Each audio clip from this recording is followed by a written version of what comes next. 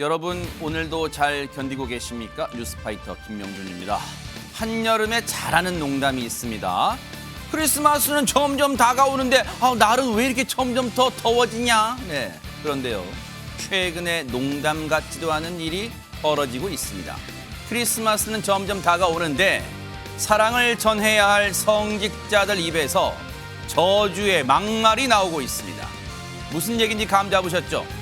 대통령이 탄 전용기 추락을 기원하는 일부 신부님들, 자기 가족이 전용기에 탔어도 그런 말을 할까요? 아무리 생각해도요, 직업을 잘못 선택한 게 아닌가 싶습니다. 11월 15일 화요일 뉴스파이터에서 잠시 후에 이 이야기 해보도록 하겠습니다.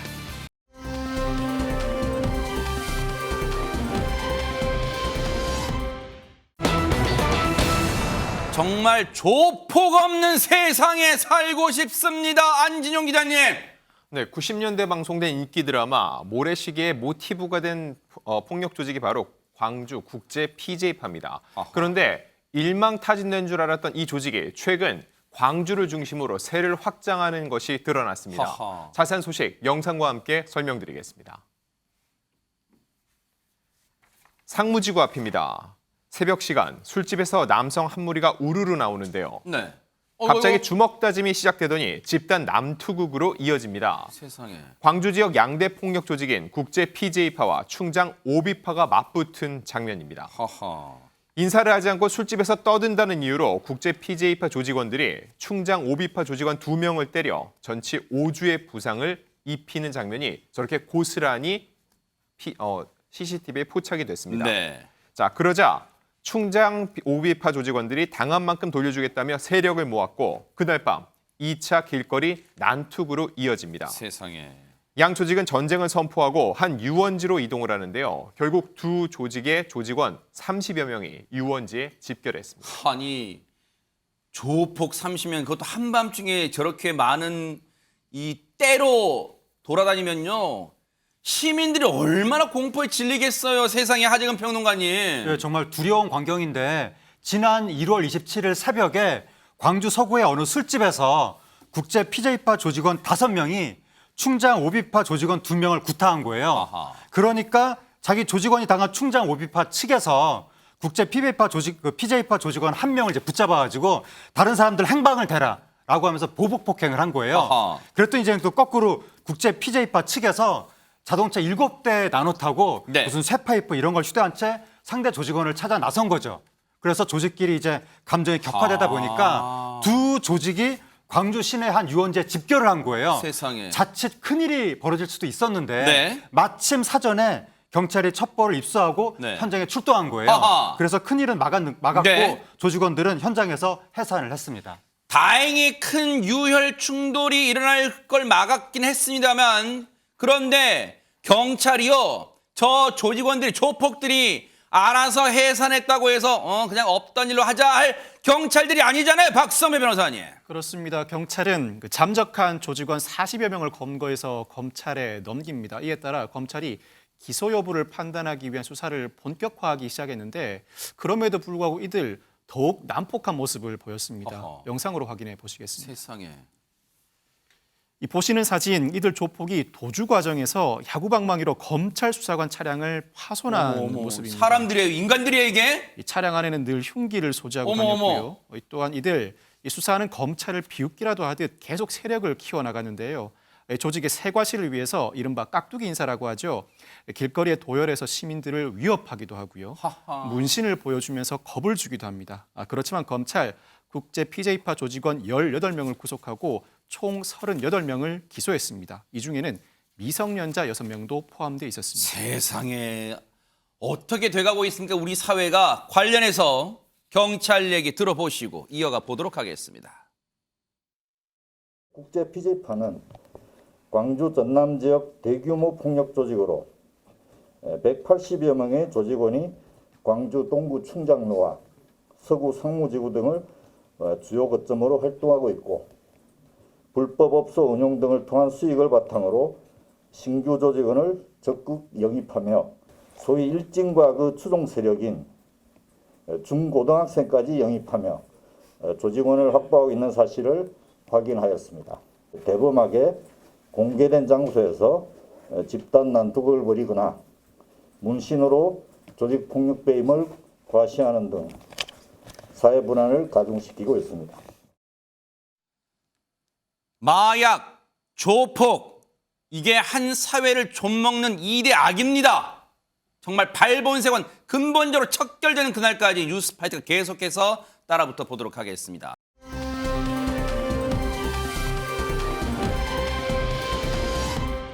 자, 그런가 하면 이번에는 바다에서 아찔한 사고가 있었다면서요, 김진휘 변호사님.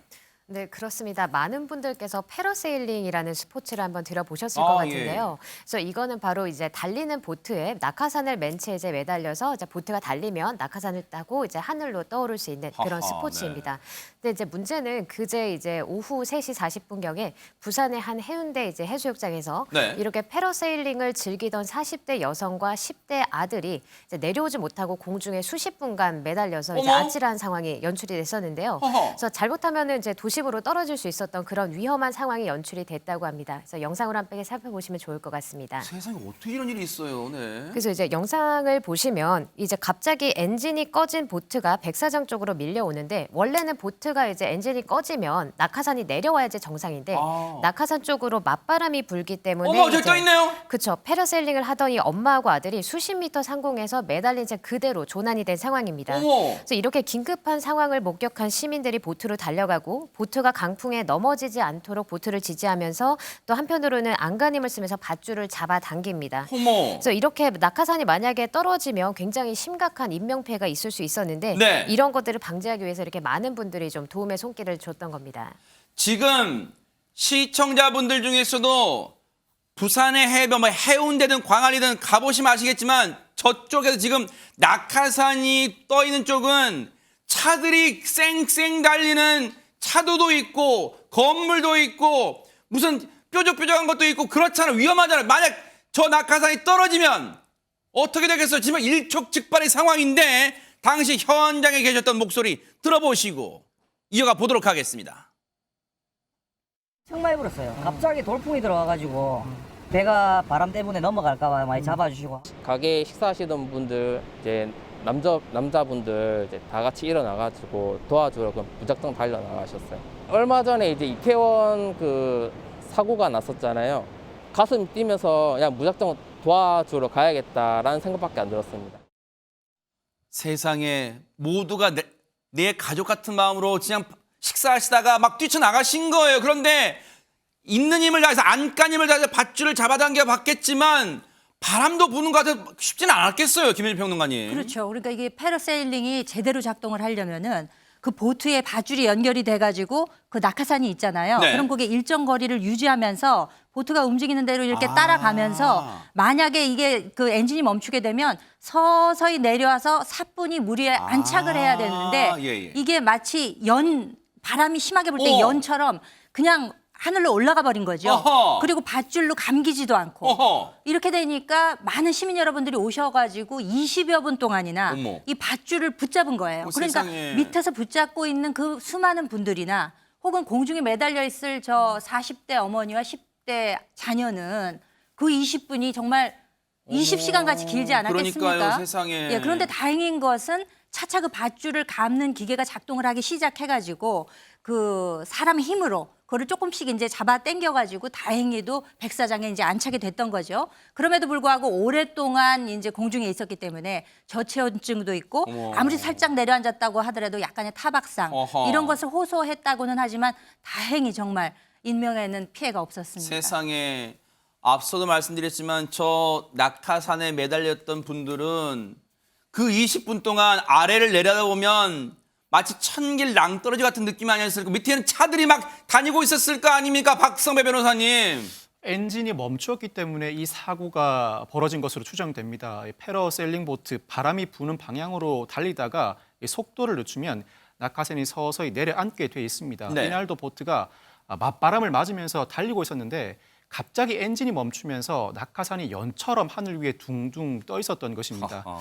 이 해경은 보트가 동력을 잃게 된 경위 등 정확한 사고 원인을 조사 중입니다. 천만다행이에요. 큰 인명피해가 안 나 천만다행인데 보세요. 이번 사고처럼 패러세일링 그냥 다 안전할 거야라고 그 업체도 생각했겠죠. 그런데 사고는요. 예측 가능하지 않습니다. 한순간에 부지불식간에 찾아오는 거예요. 정말로 평소에도 안전대책 꼼꼼하게 준비를 해주시기 바랍니다. 그리고 그 순간에 자신의 일처럼 식사하시다가도 뛰쳐나가셨던 분, 도움 주셨던 부산 시민 여러분, 또 관광객 여러분, 정말로 큰 일을 하셨습니다. 여러분이 진정한 영웅들이십니다. 정말로 감사의 박수를 보내드립니다.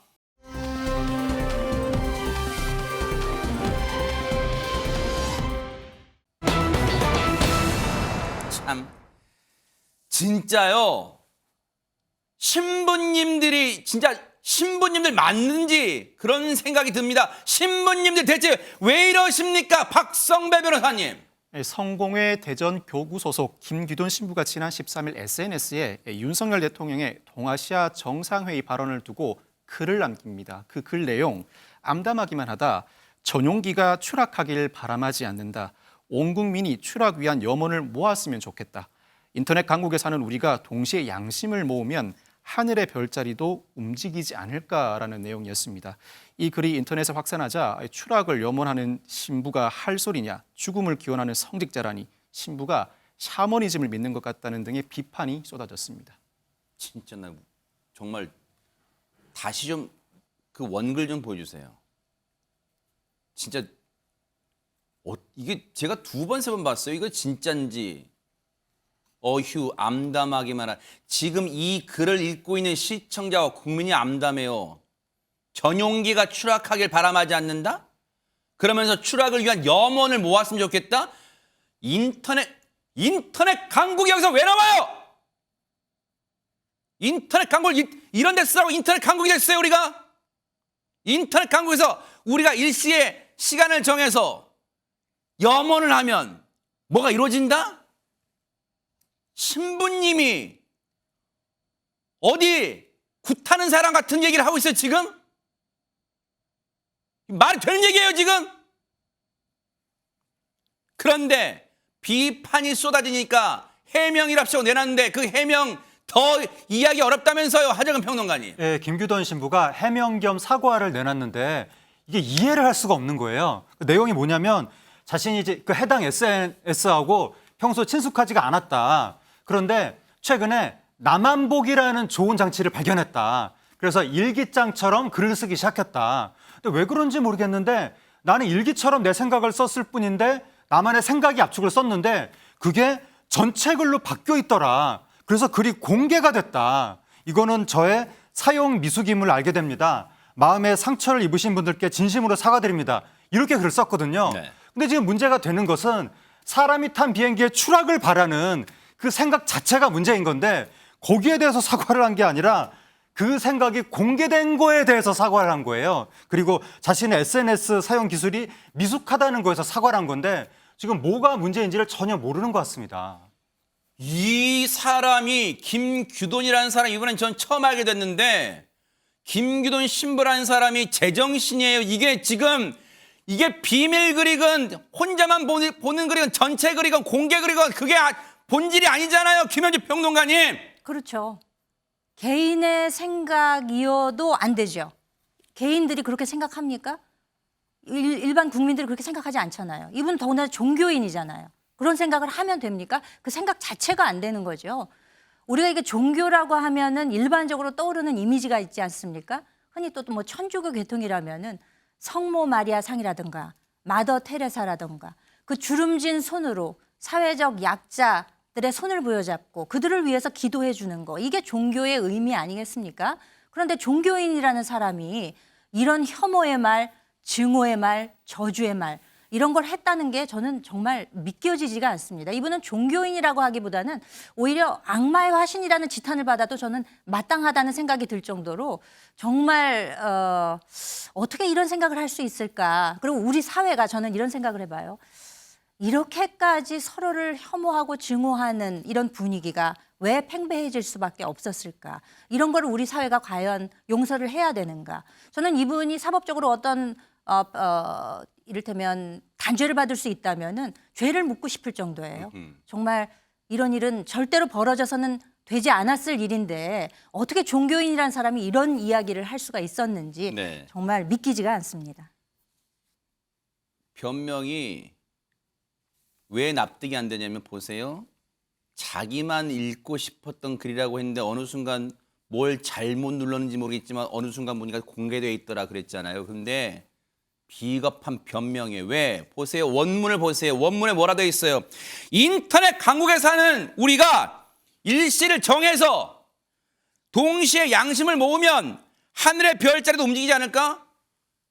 날짜 같은 거 공지를 해가지고 같이 하자 이거잖아요 지금.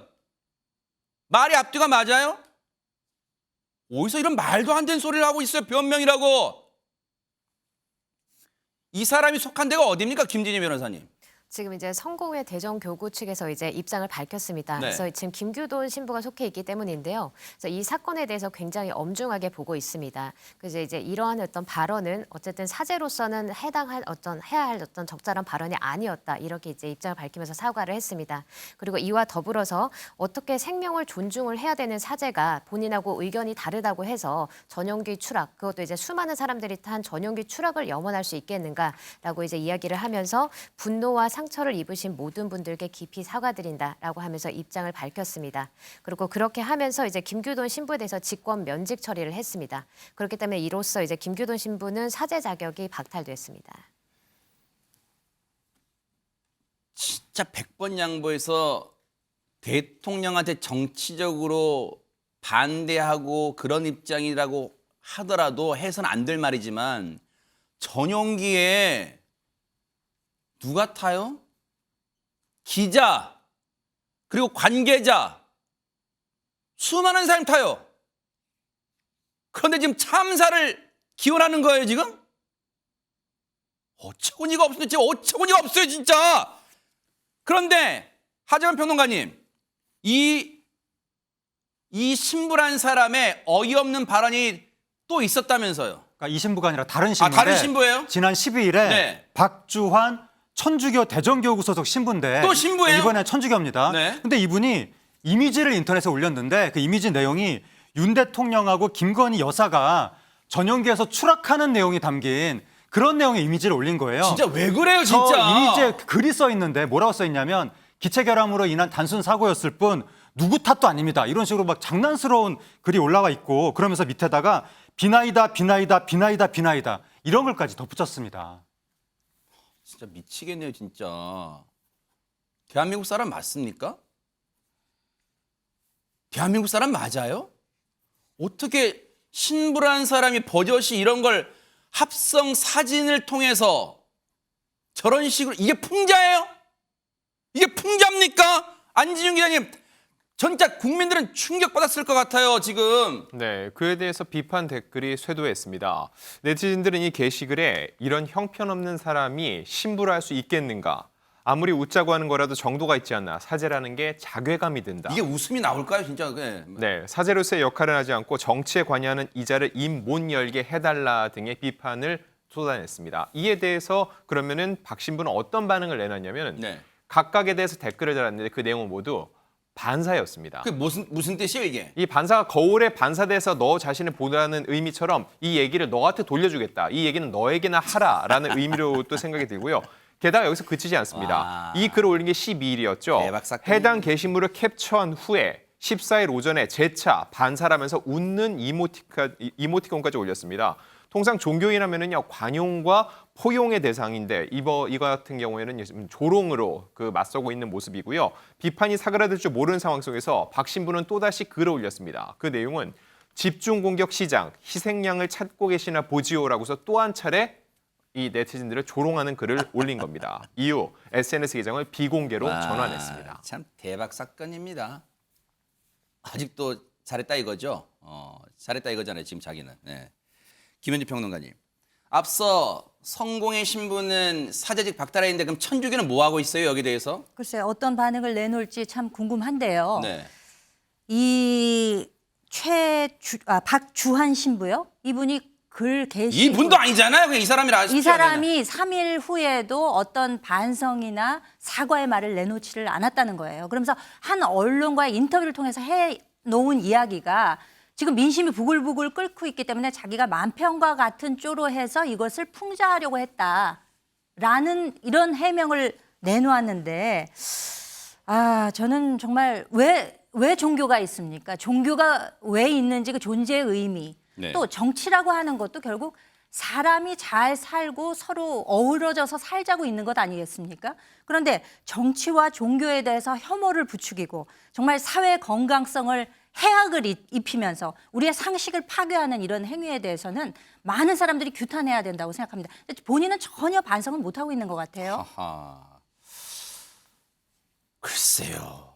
이거를 그래요. 신부님도 국민이고 사람이니까 언론의 자유라고 할지는 모르겠습니다. 이게 할 소리인지 모르겠어요. 그런데 박성배 변호사님, 박주환 신부란 사람이 이번에 이 몹쓸 이 합성 사진 내놓기 전에도 뭔가 논란되는 일을 했다면서요. 뭡니까? 박 신부가 지난 5일 진보 성향 시민단체가 주최한 집회에 참석해서 윤석열 퇴진을 주장한 것으로 드러났습니다. 자신을 종교 사기꾼들과 마귀를 쫓는 미카엘 신부라고 소개하면서 윤석열 정부와 국힘당은 존재 이유를 이미 상실했다. 우리 시민들은 저항하고 끌어내야 한다면서 윤석열 대통령은 퇴진하라고 목소리를 높이기도 했습니다. 또한 지난 11일에는 이태원 참사와 관련해 용산경찰서 정보계장이 사망하자 이를 두고 경찰분들 윤석열과 국민의힘이 여러분의 동료를 죽인 것입니다. 여러분에게는 무기고가 있음을 잊지 마십시오라는 글을 올려서 논란을 빚기도 했습니다. 와, 진짜 왜 이렇게 일반 네티즌이 저런 표현을 해도 저런 격한 표현을 해도 정말 논란이 되고 많은 분들의 분노 그리고 그런 이 지탄을 받을 텐데 보세요. 다시 앞글 좀 보여주세요. 종교인이라는 사람이 그것도 사제라는 사람들이 뭐라고요? 무기고를 약탈하라는 뉘앙스의 그런 글을 올려요? 여러분들한테 무기고가 있다? 이게 할 소리입니까?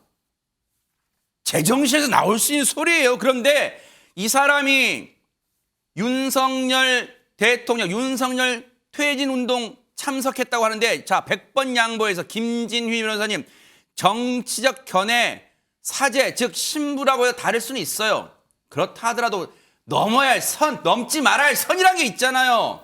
네, 맞습니다. 이제 말씀하신 대로 정치적 의견을 넘어서서 이제 좀 도가 지나친 것으로 보입니다. 그렇기 때문에 이제 많은 분들께서는 지금 어떤 처분이 내려질 것인가 이거에 대해서 좀 관심을 가지고 계신데요.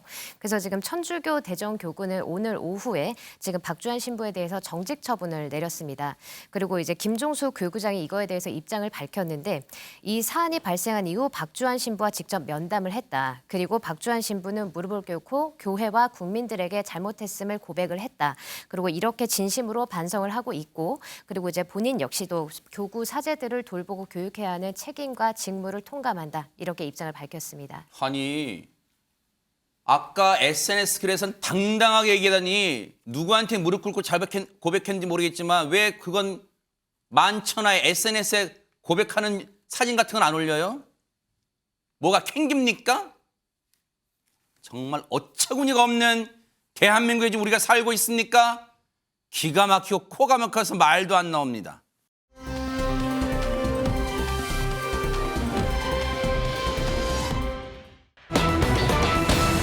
기분 안 좋아요. 분위기 바꿔보겠습니다. 자, 요즘 세상에 자식 하나 진짜 잘 키워내기도 힘든데 무려 수십 명의 자식들을 키운 대단한 어머니가 있다고 하는데 대체 누굴까요? 안진용 기자님. 네, 우리나라 드라마를 보면은요, 국민 엄마의 계보가 있습니다. 어머. 하나씩 살펴보면은요, 네. 일단 바위같이 단단한 엄마 강부자, 야. 인자한 엄마 김혜자, 어머. 그리고 대쪽 같은 어머니 정혜선, 그리고 친구 같은 엄마 고두심, 반전 많은 어머니 김혜숙까지 다양한 어머니의 이미지가 있는데 네. 오늘 다뤄드릴 이 어머니 세 분은요, 지금 보시는 저 세 분, 강부자, 김혜자, 김혜숙 씨입니다. 야. 자, 근데 이들이 말하는 공통점이 하나 있습니다. 그건 바로 정작 나는 국민 엄마가 아니다라고 외치고 있는 것입니다. 과연 어떤 속내가 담긴 걸까요?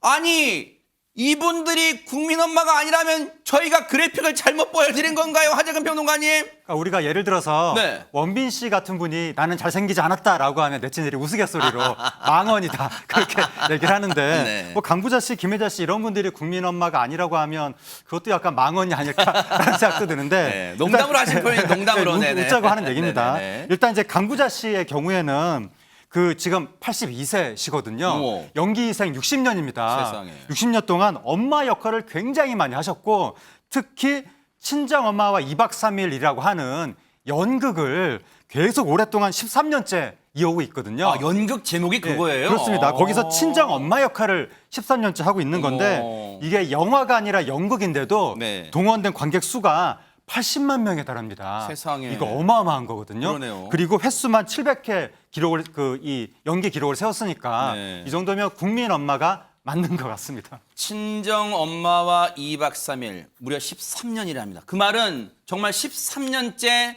언제나 그 자리에 있어준 정말 든든한 친정 엄마였네요. 그렇죠. 그러니까 이 무대를 주로 오시는 분들이 그 중년의 여성들도 많이 오시고 혹은 또 젊은 여성들이 어머니랑도 같이 손잡고 많이 그래요? 오셔가지고 보시는데 이 무대가 끝나고 나면 그 객석 바닥이 하얗게 변한대요. 왜요?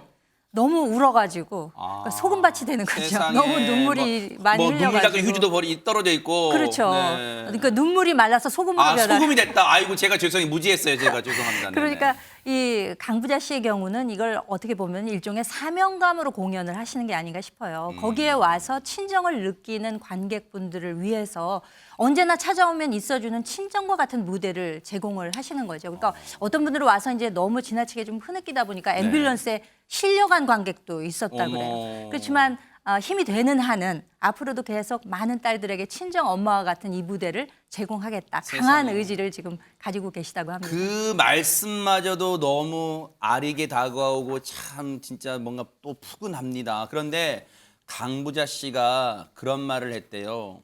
국민 엄마도 누군가의 딸이다. 막 다가오잖아요. 관련 얘기 들어보시고 이어가 보도록 하겠습니다.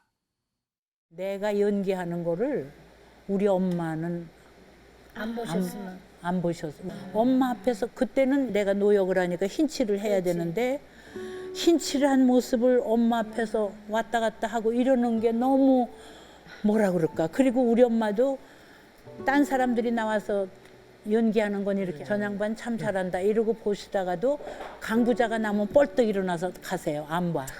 우리 엄마도 못 보셔. 이 강부자가 하는 걸. 나이 이상의 배역을 다 하셨잖아요. 네. 거의 처음부터 그럼 그러신 거예요? 그럼요. 어머, 저 내 사진 나오네. 30대겠죠? 30대. 네, 얼마나 귀여워. 아, 저건 오구 연극할 저거는 때다. 오구 연극할 때지. 저렇게 저런 모습을 보여줬으니까 지금까지도 이렇게 살아남아 있죠. 아, 참 연기 인생 60년이면 강산이 6번 변할 동안 참 그 자리를 지켜오신 거예요. 근데 지금 얘기 들어보니까 박성배 변호사님, 강부자 씨 어머니 입장에서는 딸은 젊은데 여전히 젊은데 머리에 백발 흰칠을 하고 연기하는 그 모습 진짜 보고 싶지 않으셨을 수도 있겠어요, 진짜. 그럴 것 같습니다. 강부자 씨가 22의 KBS 2기 공채로 합격해서 1962년 드라마 구두창과 트위스트로 데뷔하게 되는데 첫 번째 맡은 배역 자체가 40대 중매인이었습니다. 어머. 데뷔 초반부터 20년 세월을 훌쩍 뛰어넘는 배역을 맡아왔고 그 후로도 삼촌뻘 되는 배우의 엄마 역할을 맡곤 했습니다. 데뷔 초부터 상당히 연배가 높은 배역을 반복해서 맡았다는 의미가 되겠죠. 아하. 사실 강부자 씨는 어린 시절부터 동네에서 끼가 많기로 유명했다고 합니다. 이 충청남도 강경 아랫장터에 끼 많은 기름집 딸이라는 별명을 가지고 있었다고 하는데 7남매 중 5째로 태어나서 6, 7살 때부터 동네 친구들과 함께 동네 주민들에게 연극 무대를 선보였다고 어머, 합니다. 세상에. 직접 대청마루에 엄마 치마를 막처럼 걸어놓고 어머. 열었다 닫았다 하면서 동네에서 그 연극 무대를 10분 보여주었다고 하는데 이때가 자신의 데뷔 무대였다고 스스로 평가하고 있습니다. 세상에 어릴 때부터 정말로 될성 부른 나무였군요. 떡잎부터 알아본다고 정말 끼가 있었습니다. 그런데 강부자 씨가 연기 인생 60년 동안 이런저런 엄마 역할 맡아왔는데 하다못해 이런 일도 겪었다고 합니다. 얘기 들어보시고 이어가 보도록 하겠습니다. 남편이신 이무권 선생님과도 같이 연기를 하셨는데 네. 모자 관계의 모자 관계 역할이었다고. 딱 한 번 했어요. 상록수라는 드라마에서 네. 내가 엄마하고 아들을 했어요. 후예요? 결혼한 후에. 네. 그러니까 너무 쑥스러운 거야. 아니, 테스트. 어머니, 엄마 이러고 들어오는데 아이고 얘야 뭐 이러려면 아이고 이거는 못할 노릇이야. 그래서 2번도 안 했어요. 네. 그리고 같은 드라마의 배역도 모자 관계가 아니래도 안 했어요. 네. 찢어지는 아픔을 느껴야 하나요? 마음속에 눈물을 봐야 하나요? 사랑한단 말을 마오 유행가 가사인 줄 아오 갈래면 가지 왜 돌아봅니까?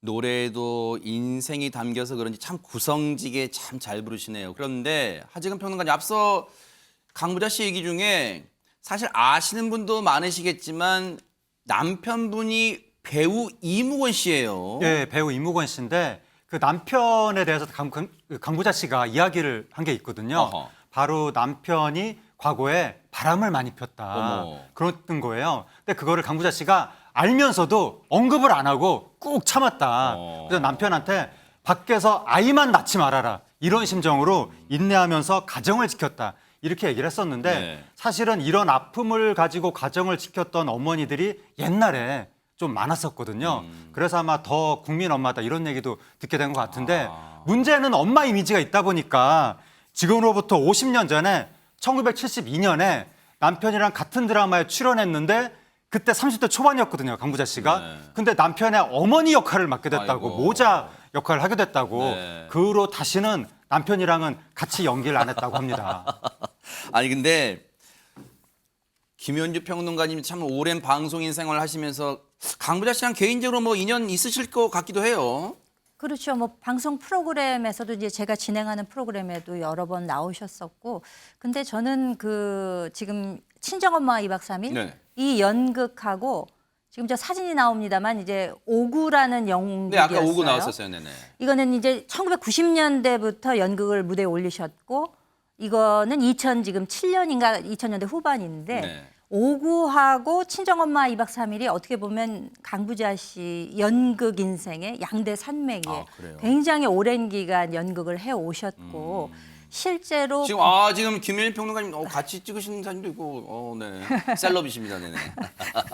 그 화면에서 보여지는 이미지, 어머니의 이미지, 네. 때로는 눈물을 흘리면서 인내하는 이미지. 그 이미지가 저는 상당히 흡사하다라고 생각이 돼요. 그리고 굉장히 눈물이 많으세요. 네. 옆에서 툭 건드리기만 해도 운다고 얘기를 하실 그렇죠. 정도로 네. 얘기하다가도 우시고 그다음에 노래하다가도 우시고 노래도 너무너무 연극적으로 하시잖아요. 네. 그래서 저는 정말 우리 곁에 친정어머니처럼 앞으로도 정말 본인도 말씀하셨지만 계속해서 오랜 시간 연극 무대에 좀 서주십사. 그러네요. 예, 그렇게 바람을 가져봅니다.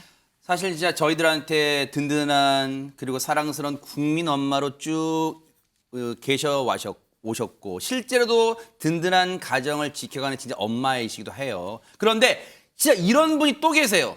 든든한 엄마 또 누가 있을까요? 한번 보시고 이어가 보도록 하겠습니다. 사실은 우리 아들이 안 그랬거든요. 내 아들은 아니야. 근데 도준아, 너 그날 사건 날 밤에도 진태 만난다고 나갔었잖니? 응. 근데 못 만났고.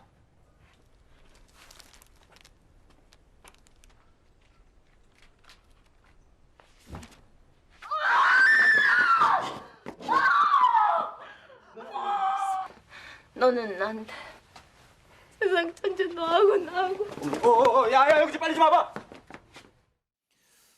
사실 저도 저 영화 보면서 충격 반전에 놀랐습니다만 저 영화 장면 참 기억에 많이 남아요, 안진용 기자님. 네, 봉준호 감독의 영화 마더였죠. 저기에서는 기존 어머니와는 좀 다른, 좀 그로테스크한 어머니 모습을 보여줬는데 사실 이 김혜자 씨 하면은요 국민 엄마의 1등이라고 할 수 있습니다. 왜냐면은 1980년부터 22년 동안 방송됐던 전원일기의 어머니의 모습이었죠. 그리고 맞아요. 그래 이 맛이야라는 이 대사 기억나시죠? CF 속 대사였는데 그만큼 이제 가족들을 위해서 보글보글 찌개를 끓여주시던 대표적인 어머니의 모습으로 지금 나오는 바로 저 장면이죠. 네. 그래 이 맛이야라고 말씀을 하셨었죠. 그런데 중요한 건 네. 정작 김혜자 씨만큼 국민 엄마라는 표현을 싫어하는 분도 안 계십니다. 어머? 전 실제로 인터뷰도 나눴었고 그때도 말씀을 그래요? 하셨었는데 네. 왜냐하면 작품 속 이미지가 그럴 뿐 실제 김혜자는 그리 좋은 엄마가 아니었다는 겁니다. 어머. 왜냐하면 이렇게 작품 활동이 길었고 22년 동안 드라마를 했기 때문에 정작 집에서는 자녀들을 살뜰하게 챙겨주는 어머니일 수 없었다는 거죠. 아이고. 그래서 나는 국민 엄마라고 부를 자격이 없다라는 얘기를 했었다는 거고요. 실제로 자녀들과의 생활 속에서도 가만히 앉아있고 엉뚱한 얘기를 많이 한다는 거죠. 그리고 자식들이 밥 먹으라고 불러도 계속 대답도 안 하는 속 썩이는 엄마였다고 하고요. 예쁘게 나온 사진을 보면은요. 자녀들이 아유 엄마 너무 예쁘게 나왔다 하는데 정작 본인은 아, 이 사진은 영정사진으로 썼으면 좋겠다라는 아이고. 얘기를 해서 자식들을 속끓이게 했던 엄마라고 스스로 고백을 했습니다. 네. 근데 물론 말씀은 이렇게 하지만 자식들이 들으면 서운할 수도 있어. 엄마 누구보다도 이 세상에서 엄마는 훌륭하고 따스한 엄마예요. 뭐 이렇게 할 거 아니에요. 저 이제 자녀들 입장에서는 당연히 그렇게 생각을 할 겁니다. 네. 근데 이제 이 김혜자 씨 같은 경우에는 일에도 열정이 굉장히 많았다고 해요. 그래서 실제로 이제 자녀들을 출산한 그 직후에도 이제 무대에 설 만큼 굉장히 열정이 대단했다고 하고요. 세상에. 그렇기 때문에 이제 뭐 남편이라던가 자녀들에 대해서 항상 미안한 마음을 가지고 있었다고 합니다. 그리고 이제 그 남편 되시는 분께서 오히려 외조를 굉장히 많이 해주시고 가정적이었기 때문에 네, 이제 췌장암으로 먼저 돌아가시고 나서 남편의 김자리가 굉장히 크게 느껴졌다. 이렇게 세상에. 이제 얘기를 했다고 합니다. 그래서 이제 뭐 김혜자 씨 같은 경우에는 이제 본인 표현이지만 이제 본인은 엄마 노릇을 잘 못했고 그렇기 때문에 남편 역할이 굉장히 컸다고 합니다. 그래서 이제 뭔가 작품을 하거나 할 때 본인 성격상 굉장히 좀 예민해지는데 그렇기 때문에 가족들이 굉장히 많이 고생을 했다라고 하면서 이제 뭐 아들이라던가 남편의 희생이 없었으면 배우 김혜자는 이제 있을 수가 없다라고 세상에. 하면서 그 정도로 애틋한 마음을 드러냈다고 합니다. 진짜 생각해보니 그러겠네요. 연기 생활 61년을 이어오려면 진짜 배우자를 비롯해서 자녀분들의 가족들의 희생이 없이는 사실 꾸려오기 힘들었을 수도 있을 것 같아요. 그런데 김혜자 씨가 연기 인생 쭉 해오면서 참 이런저런 루머에 시달리기도 했답니다. 관련 얘기 들어보시고 이어가 보도록 하겠습니다. 어디에서 담배 핀다는 얘기가 무슨 주류해서 토크하는 건데 난 정말 담배 끊은 지가 20년도 넘어. 이렇게 할 얘기가 없나 싶어. 담배 손에 들고 커피 놓고 대본 놓고 맨날 거기 분장실 문 열으면 첫 번째 자리에 앉아가지고 이러고 있었던 70년대의 김혜자 그래. 그 모습. 엉터리 얘기도 많지. 무슨 얘기냐. 봉준호 씨가 나 담배 피는 걸 보고 마더를 기획했다. 억울한 사람들이 얼마나 많을까 싶어 그치. 내가. 그리고 뭐 해마다 영정 사진을 찍는데 나같이 귀찮아하는 사람이 무슨 아니, 난 해마다 그거 이상했구나. 내가 미쳤냐 해마다 영정 사진을 찍게? 예쁜 사진을 보면 아 이걸로 영정 사진 해야지 이렇게 얘기한다 그랬어. 그러니까 배우들은 어떻게 보면 참 사랑받으니까 좋지만 억울한 것도 참 많아. 세상에 지금 진짜 얘기만 들어봐도 진짜 억울해서 막 가슴을 퍽퍽 치겠네요, 하재근 평론가님. 예, 그 김혜자 씨 관련해서 뭐 담배 핀다는 얘기가 많이 돌아다닌다는 겁니다. 그런데 김혜자 씨는 담배 끊은 지가 20년이 넘었다고 하는데 그 아직까지도 그런 오해를 한다고 하고 그리고 또 일각에서는 김혜자 씨가 해마다 영정 사진을 찍는다고 아이고. 그러면 사람들이 좀 특이한 취향을 가지고 계신가 이런 이상한 생각을 한다는 거죠. 네. 김혜자 씨가 나는 그렇게 해마다 영정 사진을 찍을 정도로 부지런한 사람이 아니다 그렇게 얘기를 하고 있는데 우리가 연예인들이 보통 만인의 사랑을 받고 뭐 돈도 많이 벌고 유명하고 이렇게 해서 부러워 많이 하지만 사실은 저렇게 만인의 사랑을 받는다는 것은 만인으로부터 오해를 받을 수도 있는 그런 또 고충이 있는 거고 네. 사람들이 나에 대해서 계속 오해를 하면 그게 또 내 마음속에서는 한이 되거든요. 속이 막 썩어가거든요. 네. 그러한 고충이 있는 건데 뭐 이런 부분도 있으니까 연예인 얘기라고 해서 너무 네. 쉽게 하고 퍼뜨리고 그런 건 좀 자제해야 그러니까요. 되겠습니다. 지금 또 김혜자 씨가 국제 구호단체에서 활동하는 모습도 저희가 또 자료 이 화면으로 보여드려서 참 열심히 사시네요. 이번에 소개해드릴 분은요. 엄마로만 살아온 세월이 무려 300년인 분이시랍니다. 누군지 궁금하시죠? 영상 보시고 이어가 보도록 하겠습니다. 성함이 어떻게 되십니까? 나는 김태희. 아이고, 우리 세자는 먹는 것도 어찌 저리 어여쁠꼬. 아이고 내 새끼, 아이고 내 새끼. 일어나시오소. 사고나 치지 말으. 싸만 내 새끼. 탄원서라고 들어보셨습니까? 나가 뭔 짓인지 못 알았어. 글 좀 가르쳐줄 수 있겠는가? 죄송합니다. 어미입니.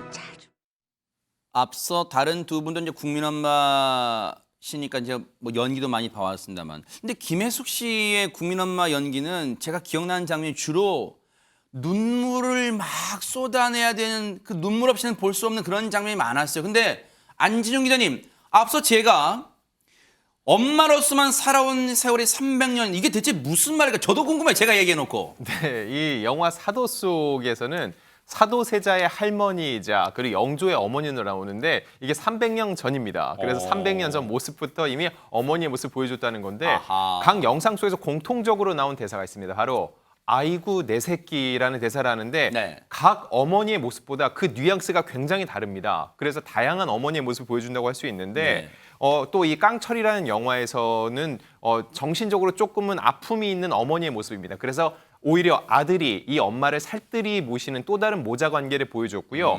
크게 달놈이라는 이 작품 속에서는 또 애틋합니다. 바로 아들이 사형수입니다. 사형수 아들을 둔 엄마의 마음이 어떻게 애틋할 수 있는지를 보여주는데 세상에. 또 하나 재밌는 건 이 사도 속에서는 사도세자가 손주라고 그랬죠. 이때는 손주였던 배우 유아인 씨가 이 깡철이라는 영화에서는 오히려 또 아들이 됐다는 거죠. 손자가 한순간에 아들이 된 이 상황을 두고 김혜숙 씨는요. 굉장히 개인적으로는 씁쓸한 부분이 있다라는 너스레를 떨기도 했습니다. 네.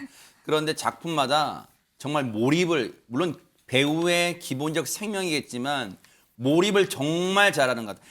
각 작품마다 다른 스타일의 모성애를 정말 잘 보여줬어요. 그런데 여기서 드는 궁금증, 김현주 평론가님. 김혜숙 씨는 그럼 과연 언제부터 엄마 역할을 했을까요? 데뷔 46년 차라고 하는데 30대 초반부터 어머니 역할을 하셨다고 합니다. 어머니 역할만 50번을 하셨다고요. 그러니까 이런 어머니 저런 어머니, 어머니의 여러 가지 그 군상 가능한 것은 아마 다 하시지 않았나 싶은데 네. 특히 조금 그 생활 속에서 힘들지만 억척스러운 모습을, 그래서 연기하면서도 막 내 에너지를 다 쏟아내야 되는 그런 어머니 역할도 굉장히 많이 하셨어요. 네. 그래서 본인이 생각하시기에는 2006년에 영화 해바라기 찍을 때까지만 해도 왜 나는 이렇게 엄마 역할만 해야 되나라는 것에 대해서 조금 불만도 아마 있으셨던 모양이에요. 그런데 이제 그 이후에는 이 어머니 역할이라고 하는 것도 하나의 장르다. 그렇기 때문에 그에 대한 사명감을 가지고 그 이후로는 어머니 역할에 대해서 좀 마음속으로 반기는 마음을 가지시지 않았나 네. 그런 생각을 해보게 됩니다. 진짜 명언이네요. 국민엄마, 엄마 역할도 하나의 장르다. 확 다가옵니다. 그런데 엄마 역할만 50번이면 진짜로 국민엄마 맞는 것 같은데 본인도 혹시 만족해 할까요? 어떻습니까? 만족이라기보다는 부담감을 먼저 느끼는 것 같습니다. 그래요? 그러니까 김혜자 씨가 국민엄마라는 타이틀에 현실에서 부담감을 느낀다고 그랬었는데 지금 그 김혜숙 씨 같은 경우에는 연기로서 부담감을 느낀다는 거죠. 국민엄마에 걸맞는 연기를 내가 해야 될 텐데 그런 부담을 느끼면서 이게 채찍질이 되고 책임감을 느끼게 되는데 그러면서 더 열심히 하게 된다. 네. 그래서 엄마 역할 들어올 때마다 세상 모든 어머니 마음을 내가 대신해서 연기한다. 이런 마음가짐으로 연기한다고 하는데 그러면서 요즘에는 그래도 가장 행복할 때는 엄마 연기를 할 때다. 그런 얘기를 한 적도 있습니다. 그러네요. 사실 여러 작품 통해서 지금까지 키워낸 자식만 수십 명에 달할 것 같은데 실제로 김진희 변호사님, 김혜숙 씨 슬하에는 자녀분이 어떻게 될까요? 이제 김혜숙 씨는 딸 둘이 있다고 합니다.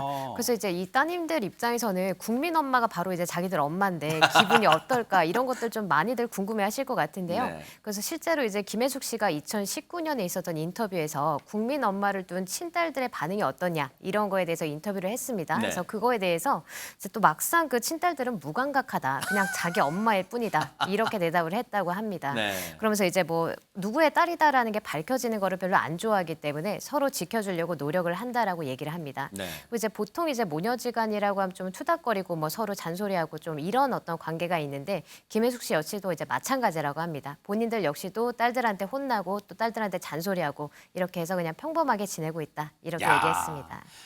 엄마 역할만 쉬운 번 해도 김혜숙 씨가 겸손의 미덕이 있는 것 같아요. 자신은 일대장 국민엄마가 아니래요. 그러면 박성배 변호사님, 김혜숙 씨가 생각하는 일대장 국민엄마 누구예요? 국민엄마 3대장으로 손꼽히는 김혜숙 씨는 과거 토크쇼에서 국민엄마 1대장은 김혜자 선배님이다라고 밝힌 바가 있습니다. 김혜자 선배님으로부터 국민엄마 계보가 시작됐다면서 물꼬를 튼 김혜자 씨에게 감사 인사를 전하기도 했는데 겸손한 발언이라고 봐야겠죠. 그러니까요. 국민엄마가 계시기에 정말 이 지치고 힘든 세상을 살아가는 우리 시청자분들 국민들이 그래도 위안과 힘을 얻는 게 아닌가 그런 생각을 해봅니다. 세 분 앞으로도 늘 그 자리에서 푸근한 연기로 사랑을 받길 기원해 보도록 하겠습니다. 멋지십니다.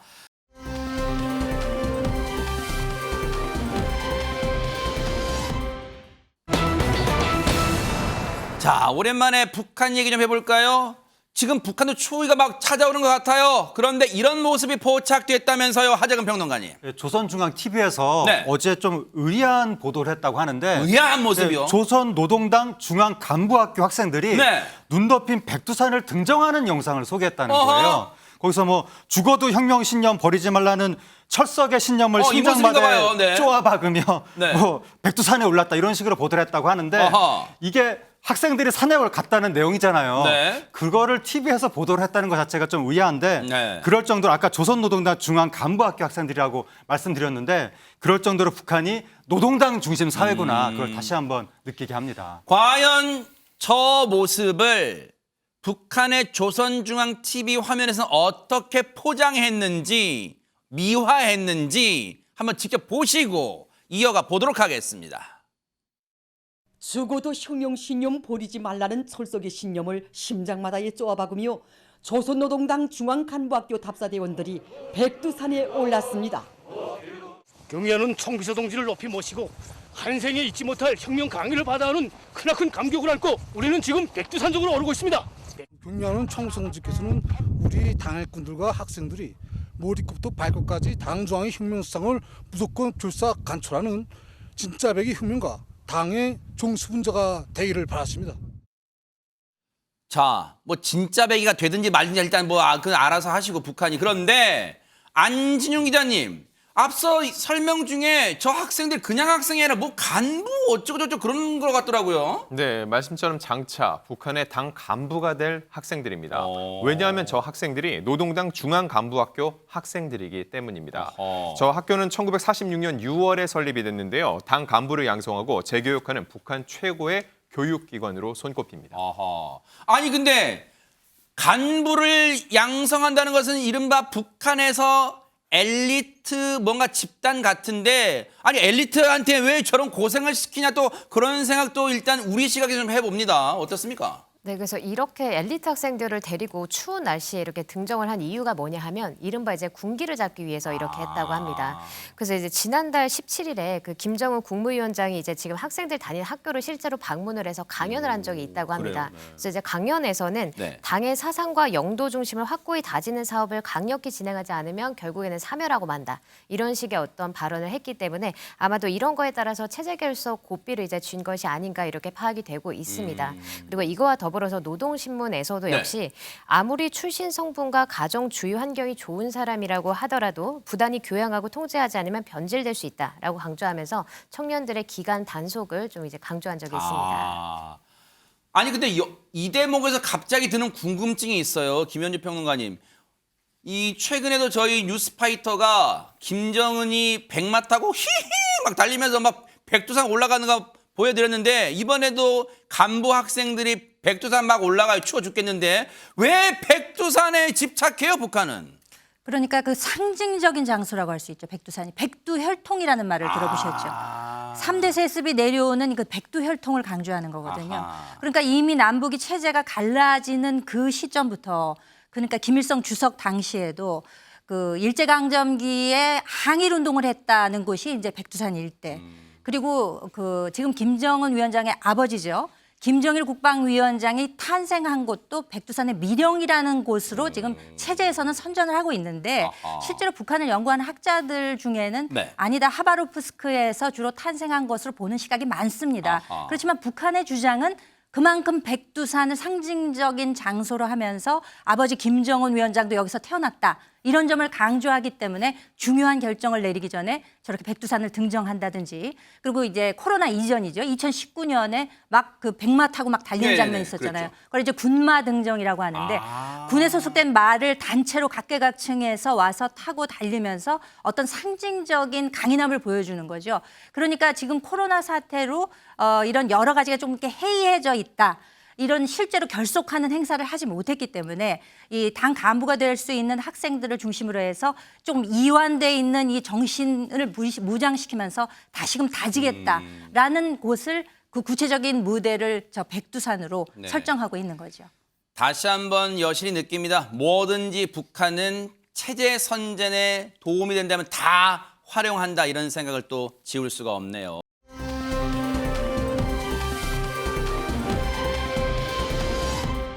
자, 그런가 하면 오늘 새벽 광주에서요. 이런 아찔한 사고가 발생했는데 먼저 영상부터 보시고 이어가 보도록 하겠습니다.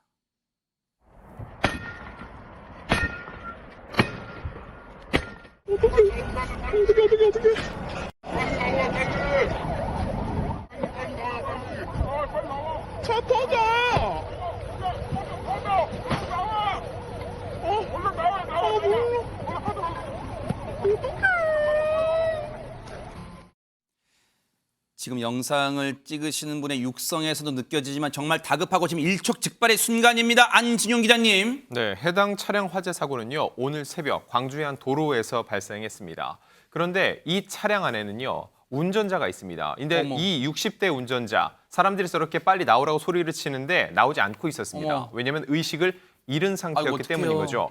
조금 둔탁한 소리가 들리기도 했는데 그건 바로 시민들이 그 남성을 구하기 위해서 쇠파이프로 저 차량의 창문을 부수는 소리였습니다. 아이고. 이렇게 위험한 순간에도 시민들이 달려들어 그 60대 남성을 구하기 위해서 한몸이 되는 모습입니다. 자, 구하려고 지금 안간힘을 쓰는 장면까지 저희가 보여드렸고 지금 촬영하신 분도 지금 어떻게 하고 있어요. 혹시 어떻게 구조가 됐습니까? 김현주 평론가님. 너무 정말 급한 상황이잖아요. 너무 급박하고 혹시나 그 연료가 이제 폭발하게 되면 정말 생각하기도 싫은 일이 그렇죠. 벌어지기 때문에 오늘 새벽에 있었던 그 영상을 보시면서 소개를 해드리겠습니다. 너무 지금 아찔합니다 지금. 네. 차량에서 불길이 너무나 거세게 지금 시뻘겋게 솟고 진짜네. 있죠. 네, 점점 시간이 지날수록 불길은 거세집니다. 차량 속 60대 남성 운전자는 의식을 잃은 탓에 탈출하지 못하고 있는 안타까운 아이고, 상황인데요. 어떡합니까, 세상에. 이때 뭔가 내려치는 지금 모습과 그리고 소리가 들리죠. 네. 한 시민이 알루미늄 방망이를 들고 차량 유리창을 거세게 내려치기 시작했는데 네. 불길은 점점 더 거세지고 아이고, 있습니다. 어떡합니까. 시민 한 명이 더 합류를 해서 네. 마침내 차 문을 여는데 성공하게 세상에 됩니다. 기적입니다. 네. 지켜보고 있는 일행들조차 애가 타고 있는 상황인데 의식 잃은 운전자를 아주 안전하게 구조해내는데 성공했다고 합니다. 이후에는 소방대원들이 와서 화재를 진압했다고 합니다. 정말 조금만 늦었더라면 진짜 상상하기도 싫은 장면이 벌어졌을 것 같아요. 하정은 평론가님. 네, 굉장히 위험한 순간이었는데 불길이 아주 거세게 올랐거든요. 그러니까 보통 자동차 사고가 나면 좀 무섭거든요. 그렇죠. 폭발 같은 거 일어날까 봐 그렇죠. 가까이 다가가기가 조금 어려운데 맞아요. 그러니까 단순히 사고만 났어도 그런데 이 경우에는 단순 사고가 아니라 불이 이미 타고 네. 있잖아요. 그러면 더 무서운 거거든요. 그런데도 무서워하지 않고 저기 시민분이 저렇게 알루미늄 방망이, 뭐 야구 방망이라는 얘기도 있는데 그걸로 자동차 유리를 깨려고 시도를 하고 근데 자동차 유리가 잘 안 깨졌다고 합니다. 그래서 캉캉하고 소리가 나는데 그런데도 안 깨지는데 안 깨지는 사이에 불길은 더 많이 아이고, 막 오른 거예요. 세상에. 그럼 굉장히 무서울 텐데도 네. 피신하지 않고 계속 깨가지고 그러다 또 다른 시민이 또 뛰어가고 그래서 결국 운전자를 구해냈다고 하니까 정말 모범적인 시민의식을 보여줬습니다. 정말 영웅이세요. 그런데 앞서도 영상에 찍힌 주변 육성 들으면 터질 수 있어, 폭발할 위험이 있으니까 빨리 나와, 차에서 빨리 떨어져 나와, 막 그런 소리도 들렸단 말이에요. 그런데 저 차량에 불이 난 이유가 대체 뭘까요, 김준희 변호사님? 일단은 지금 저 사고 차량 운전자가 오늘 오전 새벽 이제 1시 27분경 광주 동구 도로를 지나다가 이제 그 중앙 분리된 데 이제 화단형처럼 생긴 게 있지 않습니까? 네네. 그래서 그거를 들이받는 사고가 일어난 아이고. 겁니다. 근데 이제 사고 자체만 일어났다고 하면 이렇게 큰 불이 나기는 어렵겠죠. 근데 이제 문제는 뭐였냐면 이렇게 들이받고 나서 차량은 멈췄는데 이 운전자가 의식을 잃었던 겁니다. 아이고. 그러다 보니까 이제 가속 페달을 계속해서 밟고 있어가지고 과열이 됐고 그래서 네. 결국엔 이렇게 화재가 발생을 한 건데요. 네. 그래서 결국에 이후에 이제 경찰이 이 운전자에 대해서 음주운전인가를 확인을 했습니다만 음주운전은 아니었던 걸로 확인이 됐습니다. 어허, 음주운전이 아니었는데 왜 운전자는 저 가운데 화단 그곳을 차로 들이받게 되었을까요? 경찰 얘기 자세히 들어보시고 이어가 보도록 하겠습니다.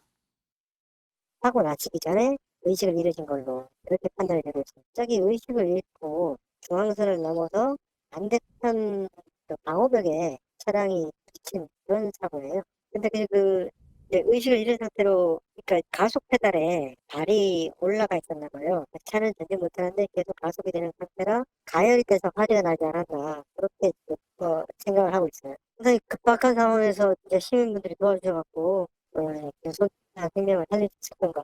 병원에 계시고 저희가 전화로 통화하기는 손에 약간 화상을 입은 정도? 천만다행입니다. 지금 운전자분 천만다행으로 시민들 도움 덕분에 비교적 가벼운 부상이라서 천만다행인데 박성배 변호사님 정말 그러다 보니까 돌이켜 생각하면 저 당시에 불길 속에서도 주저하지 않고 도움을 주신 분들 도움이 정말 컸어요, 진짜. 그렇습니다. 경찰은 조금만 늦었어도 심각한 인명피해가 우려되는 상황이었는데 아하. 용기 있는 시민들에게 감사하다는 말을 전하고 있습니다. 이 사건에서는 경찰과 소방이 현장에 도착하기까지 기다렸다가는 불상사를 면하지 못했을 것입니다. 다른 사람을 돕는 일, 특히 화재 현장에서 다른 사람을 돕는 일은 결코 쉽지 않습니다. 그럼에도 불구하고 눈앞에 누군가의 목숨이 경각에 달린 상황을 목격하게 되면 우리 시민들 중 누군가는 나서는 모습을 매번 확인할 수 있습니다. 아하. 혹시라도요, 지금 사실 영웅분들은 자신의 행동이 세상에 알려지는 거 그렇게 드러내놓고 자랑하고 싶지는 않으실 거예요. 혹시라도 주변 분들 중에 제가 아는 분이 이 고마운 일을 했어요 알고 계시면 언제든 뉴스파이터에 알려주세요. 정말 저희가 칭찬해드리고 싶어서 그러는 거니까요. 정말 멋진 영웅이십니다.